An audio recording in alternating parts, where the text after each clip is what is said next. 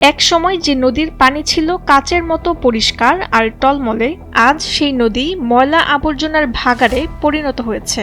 সুন্দরবনকে বাঁচিয়ে রাখতে যে মিঠা পানি একসময় আশীর্বাদ ছিল, মানুষের ছোঁয়ায় সেই স্বচ্ছ স্রোত এখন বিষাক্ত কালো পানিতে রূপ নিয়েছে। নদীর কিনারে আজ ভাসছে শহরের বর্জ্য আর কারখানার বিষ। আমাদের এই নদীটায় আমরা আগে গোসল করতাম, এখন আর আপনি গোসল করার মতন কোনো পরিবেশ নাই। ময়লা আবর্জনা নদীতে পড়ে এবং নদীর কোনো সাইডে পরিষ্কার নাই, ঘাট নাই। আগে সুন্দর ঘাট ছিল, সুন্দর ঘাটে আমরা গোসল করতাম, এখন আর সময় রকম গোসল করার মতো কোনো পরিবেশ নাই। সুন্দরবনের জন্য গুরুত্বপূর্ণ এই জলধারা হলো পদ্মার প্রধান শাখা নদী গড়াই। অথচ অব্যবস্থাপনার কারণে আজ এটি পরিণত হয়েছে বর্জ্য ফেলার ভাগাড়ে। অপরিশোধিত বর্জ্য আর গৃহস্থালির নোংরা আবর্জনা সরাসরি মিশছে স্বচ্ছ এই পানিতে। দূষণের এই ভয়াবহ চিত্র সবচেয়ে প্রকট কুষ্টিয়া, কুমারখালী এবং খোকসা শহর সংলগ্ন এলাকায়। কুষ্টিয়া শহরের যাবতীয় বর্জ্য কোনো শোধন ছাড়াই ঢেলে দেওয়া হচ্ছে গড়াই নদীর বুকে। অন্যদিকে কুমারখালীতে কলকারখানার রঙিন রাসায়নিক বর্জ্য সরাসরি নদীতে মিশে পানিকে বিষাক্ত করে তুলছে। বাসাবাড়ি, কলকারখানা সব কেমিক্যাল যুক্ত যত পদার্থ আছে সব পদার্থগুলাই গড়াই নদীতে পড়ছে, যার কারণে দিনে দিনে নদীটার অবস্থা এতটা খারাপ।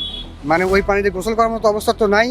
আপনার আশপাশে গড়াই নদীর মানুষজন যে পানিগুলা খায়, তারা সেই পানিগুলা খায়, তাদের পেটে নানা রকম সমস্যা, অনেকগুলো সমস্যা হচ্ছে। বিশেষজ্ঞরা সতর্ক করে বলছেন, গড়াইয়ের এই বিষাক্ত পানি গাছপালা ও প্রাণীকুলের উপর দীর্ঘমেয়াদী নেতিবাচক প্রভাব ফেলছে। বিভিন্ন ড্রেন বিভিন্ন জায়গায় এই নদীটির সাথে মিলিত হয়েছে, যার ফলে যে পানিগুলো যাচ্ছে দূষিত পানি, সেটাও এই নদীর পানিকে দূষিত করছে। অবশ্যই সোয়ারেজ লাইনও আমরা দেখতে পাই, কোথাও কোথাও সোয়ারেজ লাইনও নদীটার সাথে মিশছে।